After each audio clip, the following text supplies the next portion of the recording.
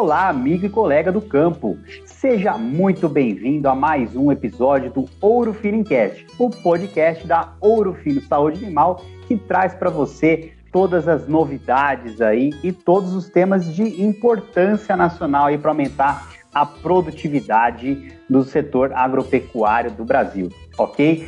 E hoje já vou começar aqui esse episódio falando que ele é especial. Especial porque nós temos, ao invés de um super convidado, uma super convidada, nós temos duas super convidadas. Eu vou apresentar para vocês a primeira delas aqui, que é minha colega aqui na Ouro Fino Saúde Animal, é a Gabriela da Silva Oliveira. Ela é especialista em marketing aqui na Ouro Fino. Gabi, seja muito bem-vinda ao Ouro Fino Cast.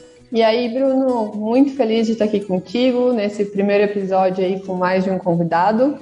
E vamos fazer esse podcast bombar, né? Perfeito, já bomba, vai bombar mais ainda, né, Gabi? E é isso nada aí. Mais justo do que você, com toda a sua experiência aí na área, apresentar a nossa super convidada aí para o pessoal que está nos ouvindo. Vamos lá, então. Pessoal, é com muita alegria, muita mesmo, sou fã dessa pessoa que eu vou chamar aqui hoje. Então, para conversar com a gente, eu chamo a Janice Zanella, que é médica veterinária, com mestrado e PhD em virologia molecular. E hoje ela é pesquisadora da Embrapa e também chefe geral da Embrapa Aves e Suínos. Janice, bem-vinda ao nosso podcast. Obrigada, Gabi, obrigada, Bruno. Para mim é uma satisfação, um prazer muito grande. Estou muito feliz aí pelo convite. Muito obrigada. A gente que agradece aqui a tua presença, muito feliz mesmo. E vamos então, né, já começar a desenrolar o nosso papo aí. E para isso, a gente queria ouvir um pouquinho de como que foi o teu início, né? Então, como que tu foi parar na área de aves e suínos até assumir o cargo que tu tem hoje dentro da Embrapa, né? Então, e também não só na Embrapa, né? Tu tá junto com os conselhos do MAPA, OIE, enfim, uma gama aí de atuações que tu tem. Então, Gabi, quanto tempo mesmo esse podcast? Não, brincadeira, né? Então, eu nasci em Minas Gerais, no sul de Minas, em Varginha. Aí meus pais moravam na fazenda, né, no interior. Minha mãe, logo que eles casaram e construíram a casa lá na fazenda, plantaram café e começaram a viver, né, construir a vida deles. E eu era a terceira filha, tenho um irmão mais velho, uma irmã, eu, e depois meu pai veio a falecer, né, minha mãe casou novamente, eu tenho uma outra irmã mais nova. E né, durante toda a minha infância, a gente sempre teve muito contato com animais, com fazenda e tal. Eu não imaginava na minha vida que eu ia ser veterinária, né, e meus avós, na minha família tem uma grande tradição e um dom muito grande para medicina. Então, tenho tios avós, no caso, assim, meus dois irmãos, mas meu irmão e minha irmã são médicos. Mas eu não queria medicina, eu queria alguma coisa diferente, né? Eu gostava de animais e gostava muito de doença. E comecei a estudar e tal. Claro que eu gostava assim, para te dizer bem a verdade, eu gostava de todas as áreas da veterinária, né? Durante a minha graduação, fiz muito estágio. Fiz estágio na EPAMIG, fiz estágio em clínicas veterinárias, várias clínicas, fiz estágio com inspeção em frigorífico, em laticínio, zoológico. Eu fiz tudo que eu conseguia fazer nas minhas férias, fui monitora da patologia. Então, assim, tudo que eu conseguia, qualidade de alimentos, tudo, até isso. Até no restaurante da Fiat eu já fui coletar amostra de alimentos lá. Olha só. Engraçado. E nesse último, na verdade, foi um dos últimos estágios que eu fiz. Foi com o professor Girão, que ele era professor da patologia, no laboratório deles. E lá eu comecei a ver que eu gostava dessa parte de laboratório, de vírus, de necrópsia. E também, aí ele indicou, nós fomos fazer alguns estágios de campo, eu com mais colegas e tal. E passei um tempo numa fazenda da EPAMIG, que era no oeste de Minas, em Felixlândia. Eu fui nessa fazenda e o pesquisador da EPAMIG, Lá tinha uma criação de suínos, né, consorciada com pescado, com peixe, tinham várias coisas para a gente fazer, né, mas me chamou muita atenção a suinocultura, né, e pelo ciclo do animal, do animal que nasce, cresce super rápido, viver naquela, né, aquela densidade e tal, e tudo me interessou bastante. E daí ele me falou, olha, Janice, se você quer trabalhar com suínos, eu recebi essa semana, o pessoal estava pedindo estagiário para ir para a Embrapa. Sabe o que é Embrapa? Eu falei, não, Embrapa é uma Epamig grande, né? E é lá em Santa Catarina. Eu falei, nossa, nunca fui para o Sul, né? Aí ele falou, não, eles estão, é justamente para alunos. Eu falei assim, mas eu estou me formando e tal. Não, é para alunos recém-formados para ficar 1 ano trabalhando com pesquisa, uma bolsa do CNPq, mas você tem que fazer uma seleção e tal. Aí fui eu e uma colega. Ela aplicou para a parte de reprodução, eu apliquei para a parte de patologia. Eu já tinha sido monitora da patologia lá na UFMG, né? Já gostava da área, né, Janice? Já gostava, daí eu vim, né? Daí fui aprovada. Um dia me ligaram, eu estava lá na casa da minha mãe e vim para Concórdia, cheguei aqui de manhã, uma neblina. Eu cheguei na rodoviária e falei assim, agora onde que eu vou? Claro, não tinha ninguém esperando, né? Aí eu fui, liguei para a Embrapa. Aí eu liguei para a Embrapa, o pessoal falou assim, não, vai até tal lugar, tem um prédio até hoje, mas era um prédio de apartamentos para os pesquisadores, os empregados da Embrapa, e eles tinham reservado 2 apartamentos para bolsistas. Deixei minhas malas e logo passou um carro da Embrapa, que tem um carro que diariamente vem fazer o giro, me levou. Aí eu cheguei lá na Embrapa, né, estava quase na hora do almoço, e aí fui conhecer meu orientador, né? Não tem ninguém mais aqui, o pessoal tá tudo no restaurante almoçando. Cheguei, ver se eu vou lá para o almoço, né? Aí cheguei lá, tinha uma fila e tal, era a última da fila, daí chegou um rapaz assim atrás de mim, falou assim, você é nova aqui? Eu falei, sou, meu nome é tal, e Janice tal, eu vim fazer estágio. Você que é a estagiária que estava atrasada. Meu Deus, eu falei assim, mas que diabo esse, né? Falei assim, ele, por que você atrasou tanto? Eu falei assim, mas quem que é esse cara, né?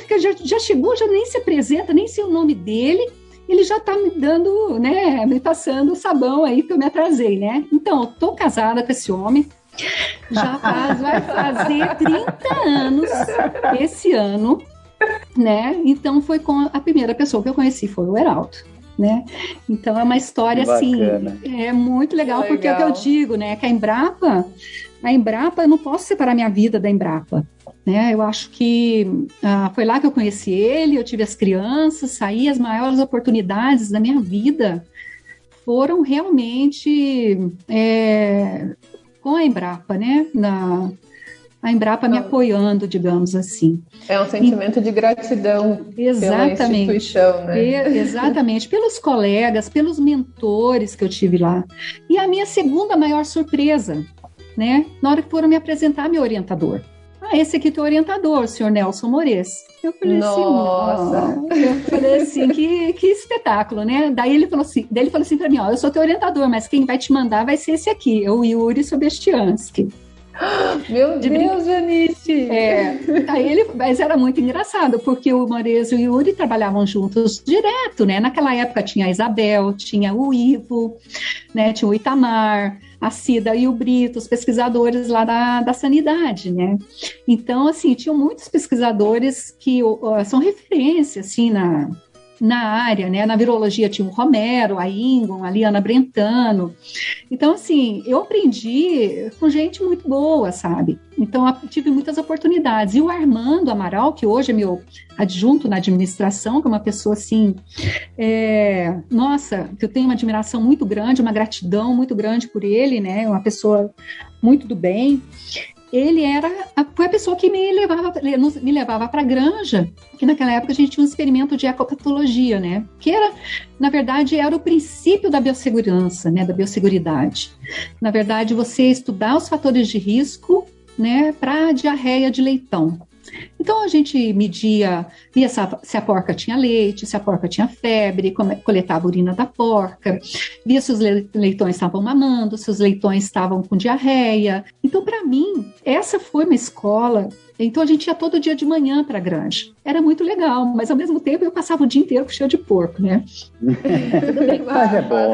Então, faz parte. Então, assim, ele passava, eu lembro que ele passava, né? Ele passava lá onde a gente morava. Então a gente fazia um giro, assim, eu acho que umas 3, 4 granjas, assim, por manhã. Voltava, almoçava e à tarde era necrópsia, né? Necrópsia, e lá pelas 4 era leitura, histopatologia. Depois dessa época da Embrapa, eu fiquei um ano lá com Moreza, aprendi um monte, acabou a minha bolsa, me ofereceram uma bolsa na virologia. Aí comecei a trabalhar com a UGESC na virologia, com o Romero. E foi nessa oportunidade que apareceu o Fernando Osório.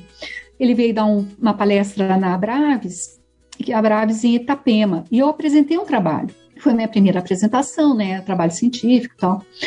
E o Fernando me ofereceu uma bolsa para ir para Nebraska. Falou que tinha bolsa, mas que eu precisava passar no TOEFL e passar no GRE, né? E a minha cabeça começou a girar, né? Porque naquela época eu namorava o Heraldo, e o Heraldo já trabalhava na Sadia, né?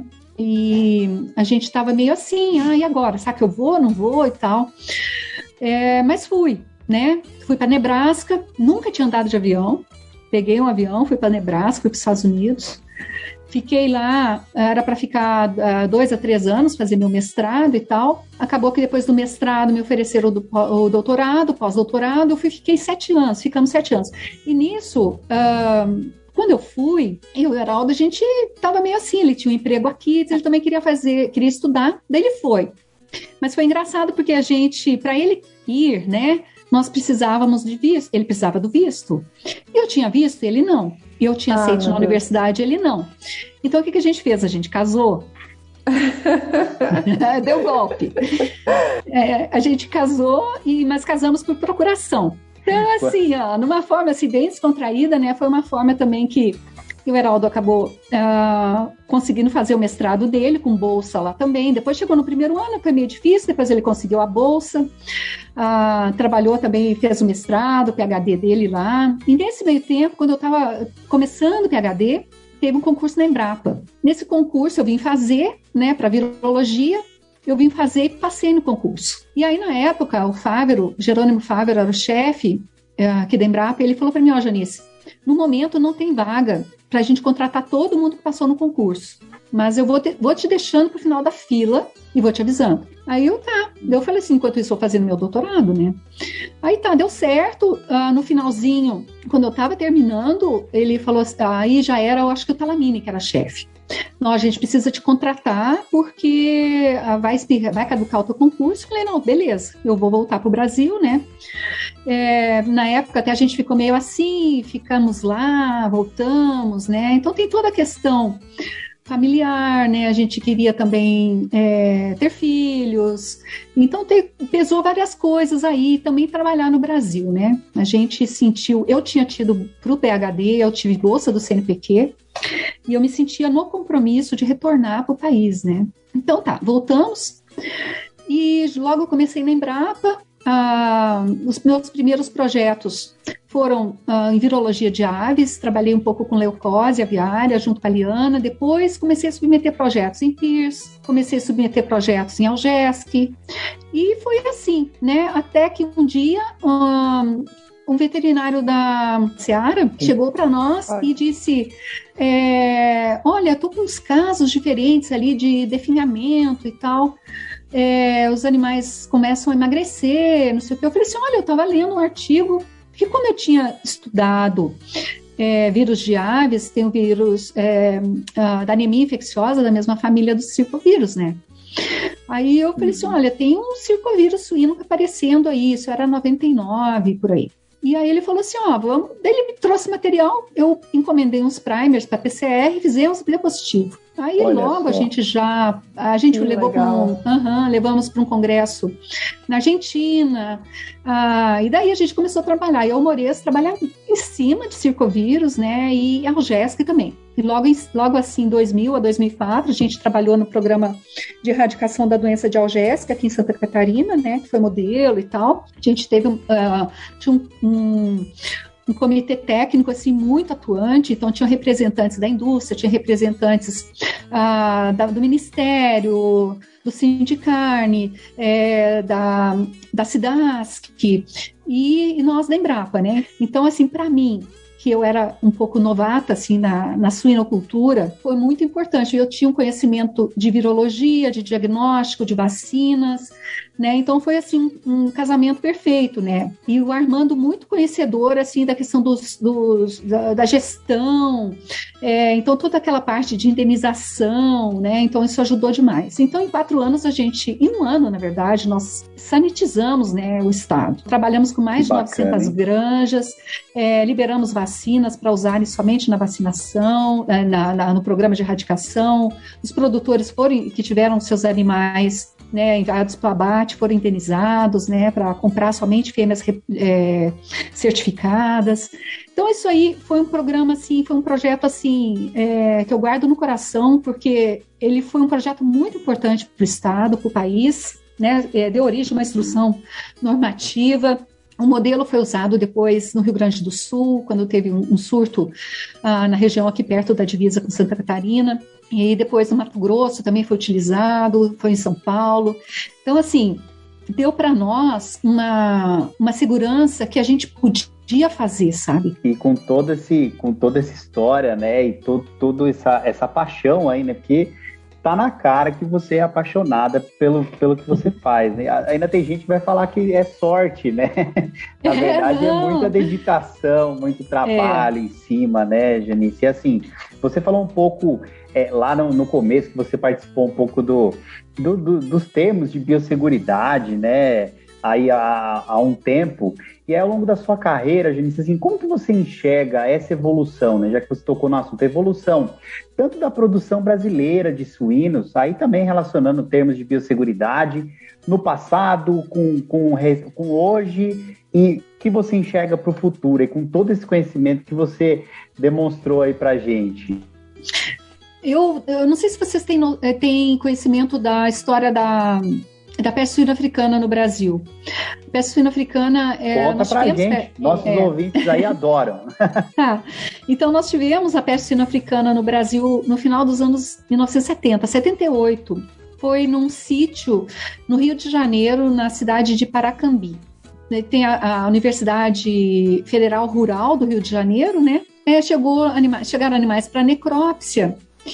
E eles começaram a ver e falaram, isso não parece, está parecendo peste suína clássica, está parecendo, será que é peste suína clássica? E a sorte que nós demos na época, o Dias do Brasil deu na época, é porque tinha um pesquisador da FAO, que ele era, se eu não me engano, era da África do Sul, e estava fazendo estava de licença sabática na universidade. Aí vamos chamar, agora não me lembro o nome do professor, vamos chamar o professor. E ele veio e disse, meu Deus, isso é a peste suína africana?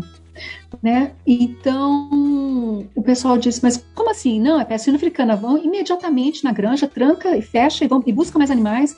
Aí tipo assim, eram umas 4 da tarde, os caras foram lá na granja, no sítio, né? Viajaram acho, uns 30 quilômetros, foram lá, pegaram mais animais, avaliaram, viram que realmente estava um monte de bicho morrendo. Voltaram, levaram para o laboratório, aí fizeram em seguida alguns testes de hemodissorção, lá um teste sorológico. E realmente deu positivo, né? Eles pegaram esse material, tipo isso aí foi numa quarta-feira, no sábado eles já mandaram para os Estados Unidos, lá para o laboratório do USDA em Plum Island. O resultado acho que veio rápido, né? Em menos de uma semana já veio o resultado positivo. Eles já fecharam a granja e já estabeleceram um programa de erradicação para a peste suína africana. Isso em 10 dias. Olha, né? Só. Então, o que é? O que eu vejo disso? As lições que a gente aprende com relação à biosseguridade. Primeira coisa, como que a doença entrou no Brasil? É uma doença exótica. Ela entrou através de restos de alimentos de um avião, né? Um avião da TAP.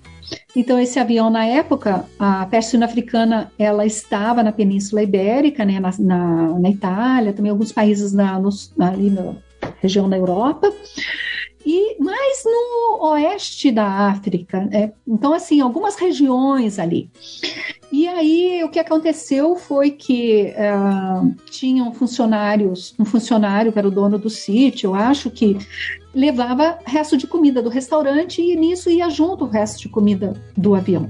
Então, foi a forma que a doença entrou no Brasil. Então, com isso, eu vejo biosseguridade, né? Controle de entradas, né? Importação, por exemplo. Hoje, isso é um problema. Outra coisa, conhecimento, né? Se não tivesse aquele professor lá, né? Aquele professor que trouxe conhecimento lá da terra dele para nos livrar de um problema grande. Outra situação de sucesso é estabelecer um plano, né? Um plano de contingenciamento. Tá, o que nós vamos fazer? Vamos estabelecer. Terceiro, indenização. Criticam muito, parece que naquela época a indenização não foi muito boa.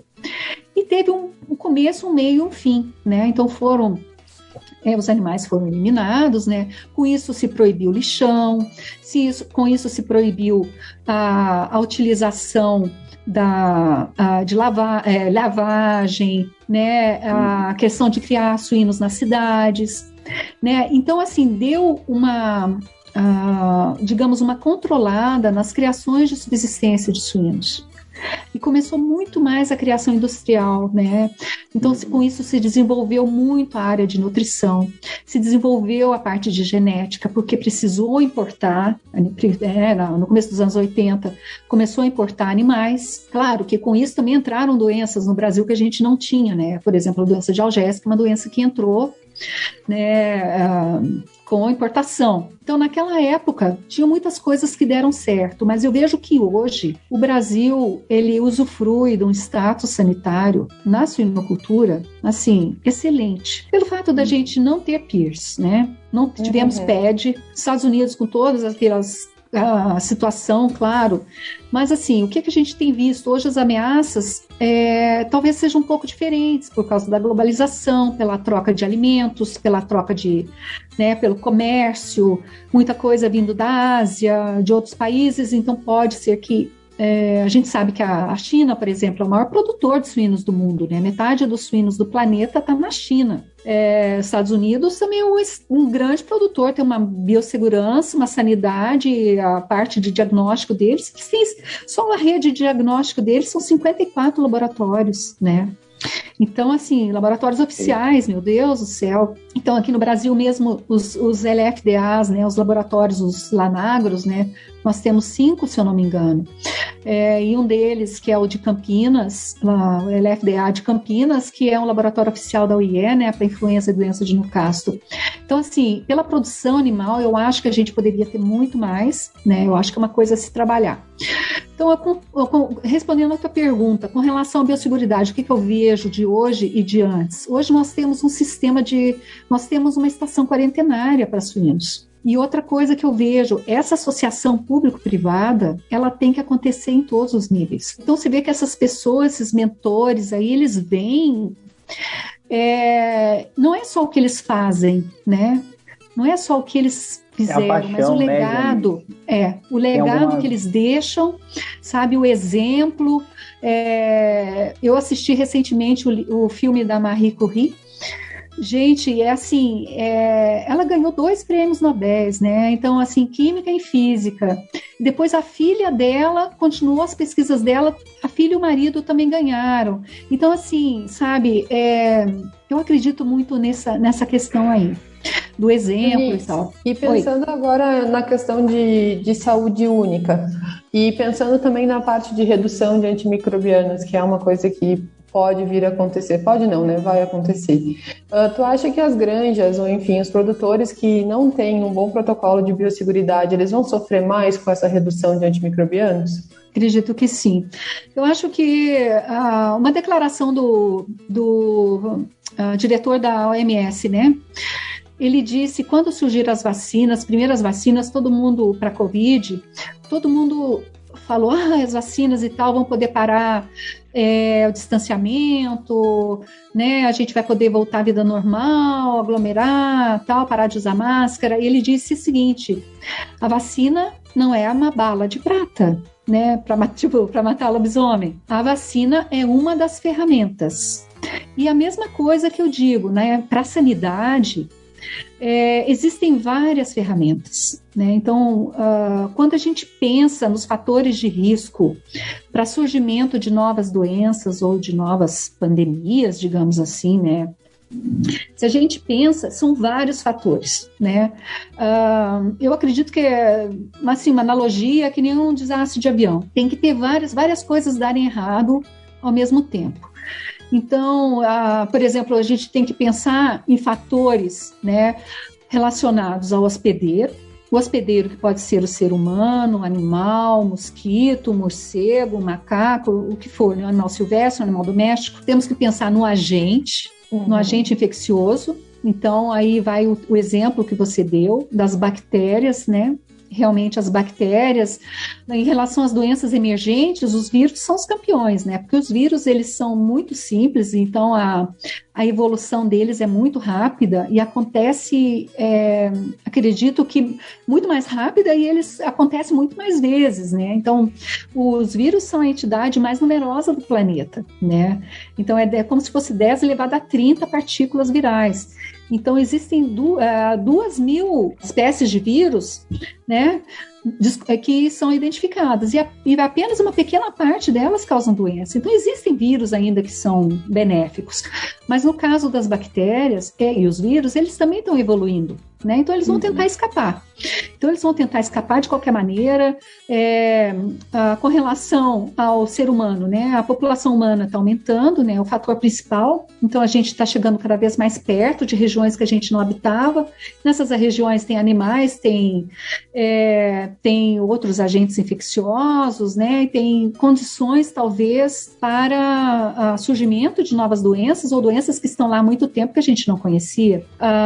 Com relação aos vírus e às bactérias, novamente, né? Os vírus e as bactérias e parasitas, eles estão evoluindo, né? A gente não pode esquecer disso. Tudo nesse planeta evolui.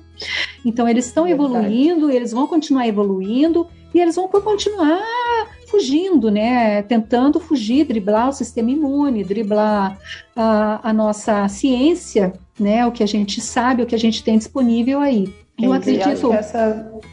Essa visão, acho que também é muito importante a gente passar, principalmente se tiver produtores aqui nos escutando, né, Janice? E quem trabalha na área de suinocultura, que às vezes a gente acha que uma barreira sanitária ali na frente da granja, ela não é uma coisa assim tão necessária, mas na verdade ela é extremamente necessária, né? Para justamente tentar barrar todas essas agentes que a gente pode estar carregando com a gente mesmo, né?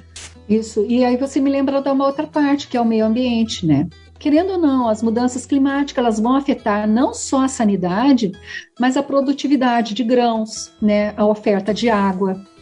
Então, por exemplo, o reuso da água já é uma realidade, né? A utilização de biometano vai ter que ser implementada através de biodigestores ou de outro formato para poder aproveitar onde que nós vamos...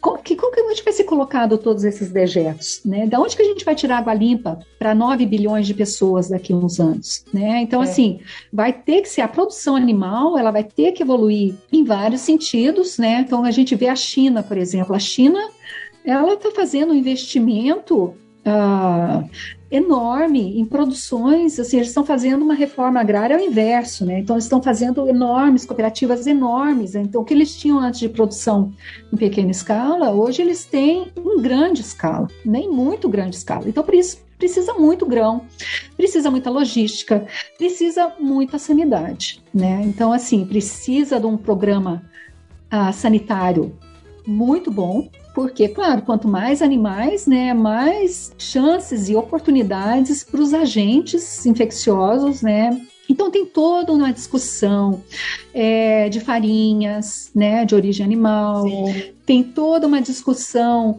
em cima da qualidade dos grãos. o preço dos grãos, milho muito caro, então vamos procurar cereais alternativos. A gente tem um projeto na Embrapa de cereais de inverno, que é liderado pela Marisa Bertol. Então, assim, é um projeto que realmente está trazendo, e com o desenvolvimento de variedades, a Embrapa tem trabalhado com variedades de trigo, de cevada, de centeio, para ser produzido no Nordeste. Então, assim, a gente vai produzindo, o trigo não é só Rio Grande do Sul, né? Então vai ser produzido no Centro-Oeste, vai ser produzido no Nordeste.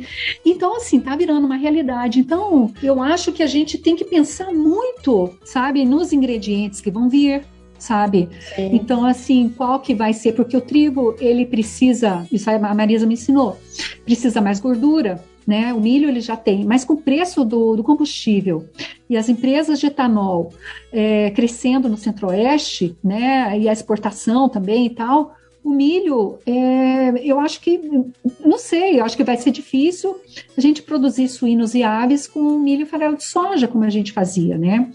E essa questão do trânsito de animais, esse sistema de criação, né? A pergunta do Bruno, como que era antigamente, como que a gente vê hoje, né? Então, quando eu vim aqui para a Embrapa, lá uns 30 anos atrás, a gente viu o quê? Ciclo completo, né? Granjas de ciclo completo. Então, hoje não é mais assim, né? Tudo separado, né? Então existem outros modelos que a gente teve de aprender o manejo sanitário, como o manejo reprodutivo, né? Para essas produções. Outra coisa que eu vejo é essa questão do bem-estar. Né, o bem-estar também veio com esses compromissos, né, que eu acho que é muito importante. Primeiro, porque ele melhora muito o animal. Claro, ninguém quer produzir animais sem bem-estar, mas trouxe uns compromissos que as empresas estão abraçando de novas estruturas, de reformas, né, e as granjas novas têm que ter todos aqueles requisitos. E isso aí também, para nós da área técnica, da pesquisa, existe uma infinidade de coisas para a gente fazer, né? Desde biosseguridade, piso, sabe? Porque você tem que pensar no animal como um todo, né? E eu nesse sentido, né, Janice, eu acho que a questão, assim, de nós como veterinários e como técnicos da área, também cabe da gente fomentar, né, como que é toda a suinocultura, como que isso acontece. Então, em função de tudo isso, e acho que tu, assim, pra gente é um exemplo, né, de profissional da área que ama o que faz, a gente vê tu falando, então isso é muito evidente, assim, pra gente, do quanto tu ama isso. E a gente vai encaminhando o nosso podcast para o final, e já de antemão começa a agradecer a tua participação aqui com a gente. Eu queria que tu nos contasse se tem algum livro, filme ou alguma música que te inspira ao longo da tua carreira, te inspirou, e que também tu pode compartilhar aí para inspirar outras pessoas. São muitas coisas que me inspiraram. Eu sempre falo, né, que puxando um pouco a sardinha agora, acho que minha maior inspiração realmente são os meus filhos, né? Então, eu tenho 3 filhos, tenho a Giovana e a Júlia, que são gêmeas. A Giovana está terminando veterinária, a Júlia está fazendo engenharia mecânica também, estão se formando esse ano. Tem o Lorenzo, que está fazendo engenharia elétrica. Ele tem 19, as meninas têm 21. Então, eles me inspiram, sempre me inspiraram. E uma coisa que eu vejo é que durante toda a minha carreira, muitas vezes, assim, claro, tem a dificuldade de você ser mãe, viajar, poder fazer teu trabalho, né, e chegar no final da tarde, assim, em casa, querer descansar, né. Eu sempre falo para minhas alunas, para as amigas das minhas filhas, né, que a mulher ela pode ter carreira e pode ter família, né. Então eu lembro de um livro que eu li, até a Lauren que me indicou, chama Faça Acontecer, né, é da Sheryl Sandberg. Ela é uma empresária americana e esse livro é Lean em inglês, né? Mas esse livro, ele dá umas dicas, ela conta um pouco da história dela e de toda a relação que ela tinha com quem ela trabalhava, principalmente os homens e as mulheres. E assim, uma das coisas que eu aprendi nesse livro, né, que nós sempre devemos ter um mentor, ou vários mentores, e sermos gratos a ele. sabe? E outra coisa que a essas pessoas que te inspiraram, não precisa ser o bam, bam, bam. De repente, uma pessoa simples que te ensinou alguma coisa. Outra coisa que eu aprendi lendo esse livro é que nós, mulheres, muitas vezes, a gente mesmo não acredita no nosso potencial. Muitas vezes a gente acha que teve sorte, muitas vezes a gente não vai pedir um aumento, ou uma história que ela conta nesse livro que eu fiquei assim impressionada, é que ela foi oferecer promoção para uma das pessoas que trabalhavam com ela, e essa moça disse para ela que não ia aceitar a promoção porque ela queria engravidar. Ela disse, mas você já está grávida? Você está planejando? Não tenho nem namorado, parceiro, nada. E assim, no sentido seguinte, a pessoa já estava colocando barreiras, né? Estava colocando barreiras antes disso. Então, o que ela ensina é o seguinte, que a mulher, ela muitas vezes, ela tem que travar duas batalhas, a interna e a externa, né? É como se, assim, se o homem, eu sempre digo isso, se ele corresse meia maratona, a mulher tem que correr uma maratona inteira, porque ele já chega, ele só concorre com os concorrentes dele, né? E a mulher, ela concorre com ela mesma e com os concorrentes, né? E a força da voz interior é muito forte. Então ela ensina isso no livro, que a gente tem que se acreditar mais, a mulherada tem que se unir, tem que ajudar umas às outras, né? Dar oportunidades. E com isso, é muito legal esse livro. É um livro, assim, não é que é um livro feminista. Ela ensina muito outra coisa, que as diferenças não são defeitos. Que as equipes têm que ser multidisciplinares. As equipes têm que ter pessoas de gerações diferentes, de formações diferentes, opiniões, sabe? Porque daí você tem um caldo legal. Tá? A discussão é mais rica, né? Então, você consegue resolver problemas mais complexos, né? Então, assim, numa empresa... Esse livro, eu acho que ele te ensinou tanta coisa, mas eu acho que ele aborda também um tema que, para nós, mulheres, que estamos dentro de um sistema de produção, como a suinocultura, ovicultura, enfim, inclusive bovinocultura, é muito importante, né? A gente tem um exemplo, que nem tu é um exemplo para mulheres, né? De que é capaz, de que tu consegue ter família, que tu consegue ter um emprego maravilhoso, que tu é realizada nisso que tu faz. A gente só de te escutar, a gente sabe que tu é realizada com o que tu faz. Então, assim, eu acho que ele vem muito também de encontro com a imagem que tu transmite e que a gente vê em ti, né? Dessa inspiração para outras mulheres. Que bom. Tem outros livros que eu gosto. Tem um outro que é do Napoleon Hill, que chama Lei do Triunfo. Fala muito da ciência do comportamento, mas muito assim do teu... da forma que você vê o mundo, sabe? De você, como você vai liderar, como que você vai lidar com dinheiro, como que você vai ter autocontrole, como que você vai controlar a tua mente, sabe? A confiança em si mesmo. A gente tem que ter um plano e acreditar em si, sabe? Trabalhar duro e fazer o diferente. Isso é uma coisa também. Você tem que fazer mais, tá? Não adianta você entregar menos ou entregar aquilo que o teu chefe quer. Você tem que entregar mais, sabe? Perfeito, então, por exemplo, outra coisa, tratar bem as pessoas, sabe? Eu acho que a gente às vezes tem um desvio de comportamento que acha porque de repente está num cargo de chefia, numa posição, tem que tratar as pessoas para ter uma certa autoridade, tem que ser frio.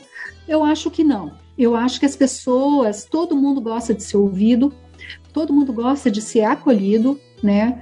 Claro, não vou passar a mão na cabeça. Se você precisa cobrar, vai cobrar, né? É diferente, mas saber dosar isso aí. Eu acho que a questão de você saber tratar bem as pessoas e então vem assim, sabe, Gabi e Bruno, uma situação que eu vejo de todos aqueles pontos de biossegurança, lá, biosseguridade que a gente está falando, controlar a entrada, vazio, tudo isso aí vem no aspecto da pessoa, sabe? Eu acho assim, ó, que você treinar bem o teu funcionário, treinar ele, explicar para ele com humildade e dizer o seguinte, que ele precisa usar essa medicação, ou limpar a mão, ou usar esse desinfetante na medida certa, sabe? Ou tratar o umbigo de uma forma correta.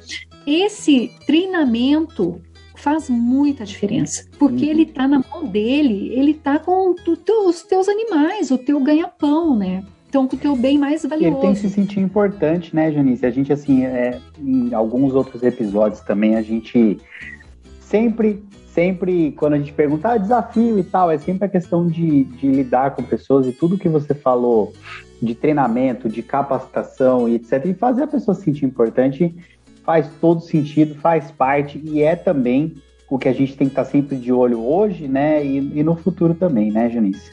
Com certeza, e a pessoa se sentindo importante, e tendo conhecimento, você explicando, ela sabendo, ela entendendo, ela vai passar esse conhecimento para frente, né? Perfeito. E assim, exatamente. Ela vai passar esse conhecimento para frente, ela vai colocar na prática e vai ser reconhecida por isso, sabe? Então, assim, aumentou o número de leitões nascidos, ou diminuiu o intervalo entre partos. Quer dizer, todas essas médias, todos esses índices aí que nós ficamos perseguindo, né? Então a gente vai conseguir com a ajuda das pessoas, né?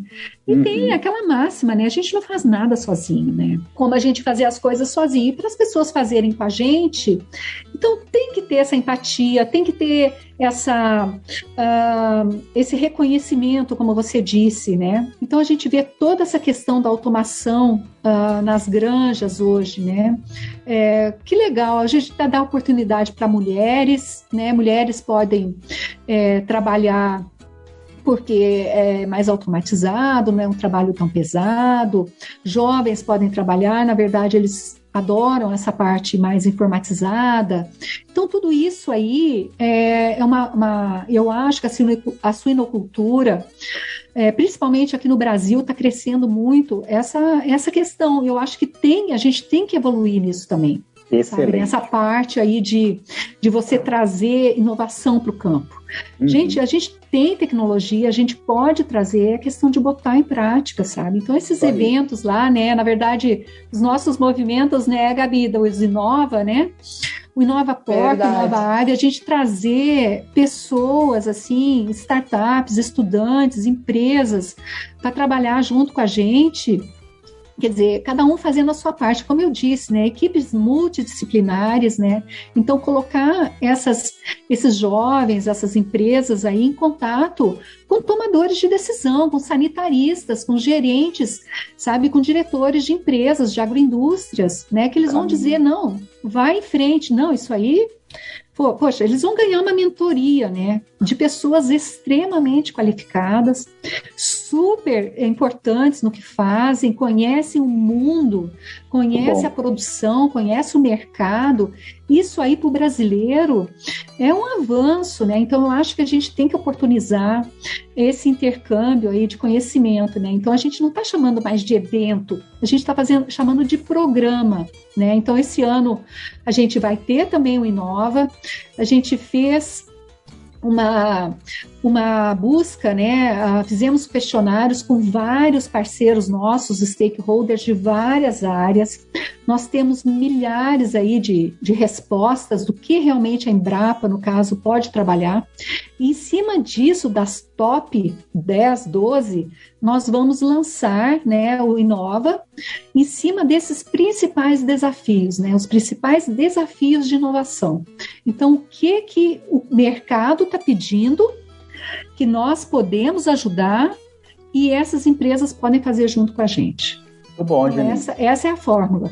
Perfeito. Isso aí, o caminho tá por aí, né? E assim, um dos motes aqui do Ouro Finincast é que conhecimento não ocupa espaço. Com certeza, tudo que a gente conversou aqui hoje, todos os exemplos que você trouxe, tenho certeza que serviram muito aí para a turma que está nos ouvindo, para direcionar e para mostrar que realmente quando a pessoa tem vocação, quando ela gosta do que ela faz, sai muita coisa boa aí, igual tudo que você falou, viu, Janice? Queria te agradecer muito aí pela sua presença, por ter topado participar junto com a gente aqui do Ouro Finincast, viu?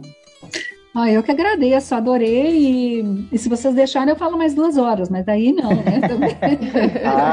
Mas do jeito muito obrigada. Que tá boa a conversa, vai e tá excelente, né? Então vamos esperar essa pandemia passar, né, para vocês virem aqui, conhecer a Embrapa, participar do Inova, né? Show de Combinado. bola. Tá, e Gabi, obrigado aí, claro, também a Gabi conduzindo aqui o Ourofilmcast junto com a gente. Super convidado também. Muito obrigado por topar participar com a gente aqui, viu, Gabriela? Faz uma honra estar aí contigo, com a Janice também. Muito obrigada, Janice, novamente pela tua participação. Acho que foi sensacional aí o nosso podcast. E obrigado aí, Bruno, também. Perfeito. Pessoal, quer saber das novidades, ficar antenado e aprender coisa boa? Afinal de contas, acabei de falar, né? Conhecimento não ocupa espaço. Então, fique ligado, acompanhe os próximos episódios do Ourofilmcast e também os que já passaram aí, estão aí na sua plataforma. Olha lá que tem muita coisa bacana para vocês, tudo bem? Muito obrigado pela sua audiência, um grande abraço e até a próxima. Tchau!